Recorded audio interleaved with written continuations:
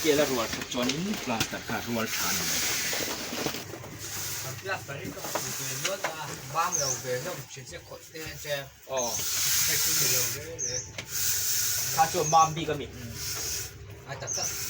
vai hậu thì cái gì này sao thì bây giờ tiểu hay là nữa trên tay cá chim tay cả những cái hay này tiểu hay là bom thì là bom tập em cũng hay cái tiểu rồi vai hậu plastic ai mà chân sấy xiên vô đi rồi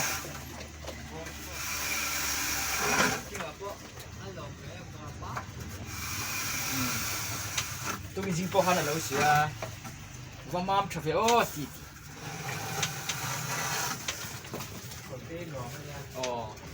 กูจะหันสุดคนเนี่ยทัวร์ครับนี่นี่ร้องป้อนหอยช้อนโม่ให้อาบิบุข้าอมเสียหรือว่าโม่อย่าจะหน่อยนึกหน่อยนึกไงจะข้าซึ่งจะเสียอะไรเนี่ยร้องหอยเทียนนี่อันหลังรัวตัวปลาสตัลรัวเราจู่ร้องหันหอยเจแล้วโม่บิบุที่อันหลังสาร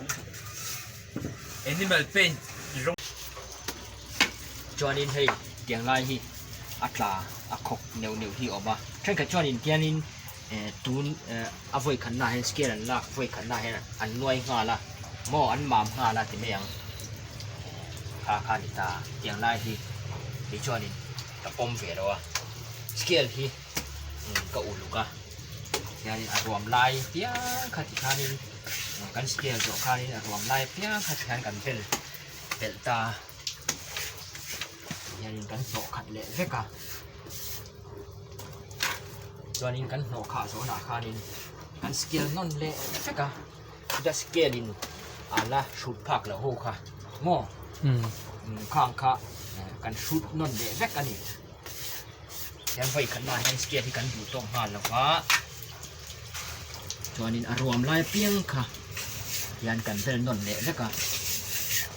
ทันสเกลคันกันชุดนนเละชีนะนั่นรัวตัวอันมาร์ตัวปลาสตาร์นั่นตัวมั่วไฟขัดกันไฟขัดชุดขัดอยู่ตกไม่เลยเวลาเนี่ยรวมลายเพียงขัดเพียงสเกลคันเนี่ยยันเบลเวลาสิเมย์จวนสเกลคันกันชุดเละชีนึงอ่ะที่จวนนี้สเกลคันรัวตัวอามามโปคันหัวมาอันคุณหูโปอมวยอยู่อ่ะ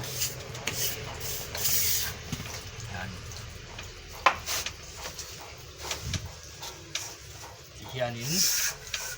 อารมณ์ได้5 พันกับเดลขัดตัวเทียนสเกียร์ทางเทียนคุณนอนเละเล็กเสียนี่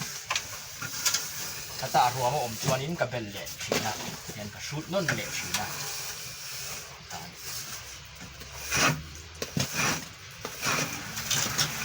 นั่นอารมณ์เล็กคุณอาหารนิน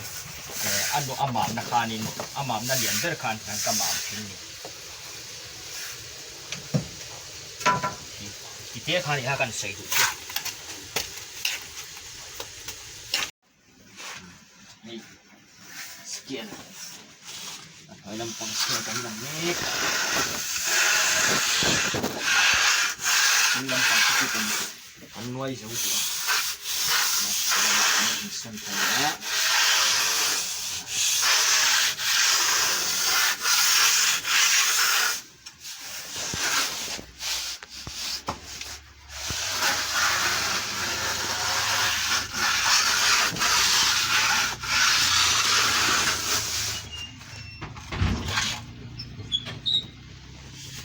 อย่างไรฮิโม่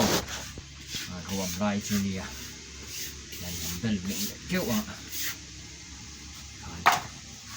เกี่ยวกันเกี่ยวกันชุด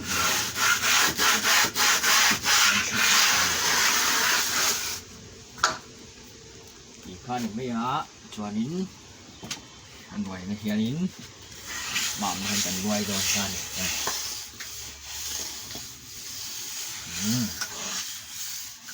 มั่งในรวมจะตักเตียงขัดสีเละโดนนี่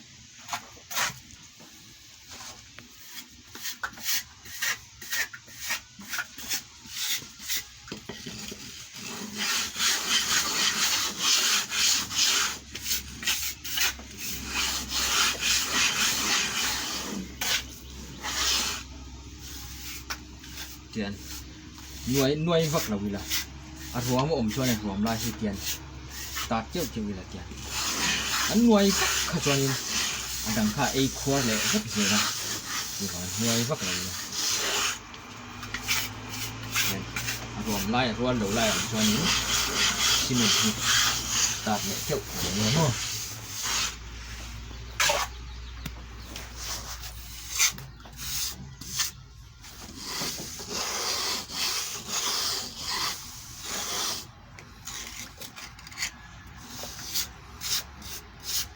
bị ngay tụi con plastic bị ngay tụi mì man hà thì tất cả bị mặc ngay bên trên này bị chập bị vắt rồi tiền từ pha gì rồi bị ngay xem lúc nhau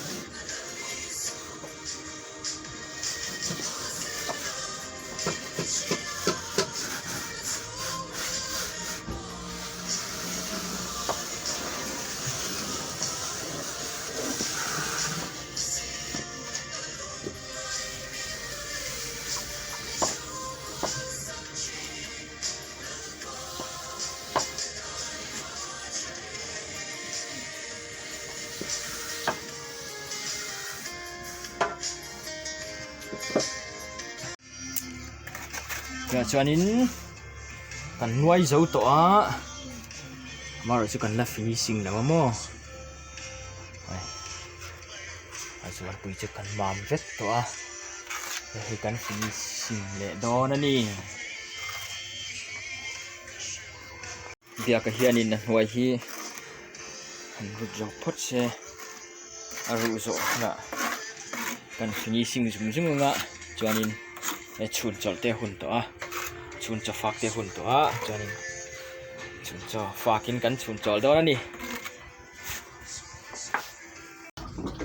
ôi xí xí chân này ô để hiện in